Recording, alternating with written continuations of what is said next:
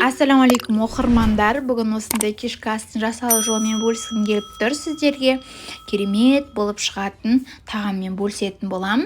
Әрі оңай, әрі жеңіл және де тез жасалатын тағам. Тек қана духовкаға салып, оның піскенін ғана күтсеңіздер болғаны. Видеомды толықтай қарап, менімен бірге болыңыздар. Ең алдымен тауық етімізді осылай ұзынша етіп, жұқа етіп кесіп алатын боламын. Оған тұз, бұрыш, кориандр, паприка, тауық етіне арналған дәмдеуішті қосамын. Одан кейін чеснокты ұсақтап кесіп, оны да қосатын боламын.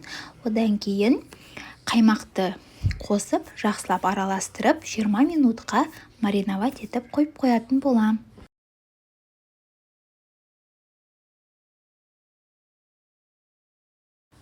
Содан кейін саңырауқұлақпен жуаны 4 бұрыш етіп ұсақтап кесіп алатын боламыз. Одан кейін оны жақсылап қуырып алатын боламыз.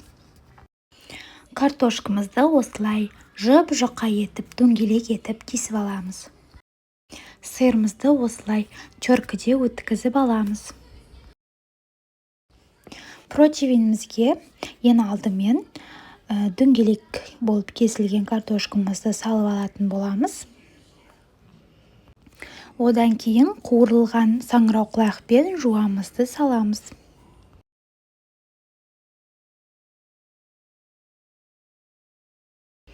Сиырымызды саламыз.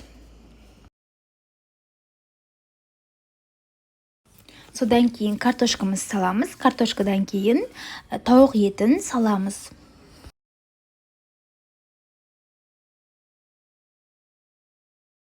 Тауық етінен кейін сиырды саламыз. Содан кейін бетін пергамент қағазымен жауып, 180 градуста 40 минуттай пісіріп аламыз.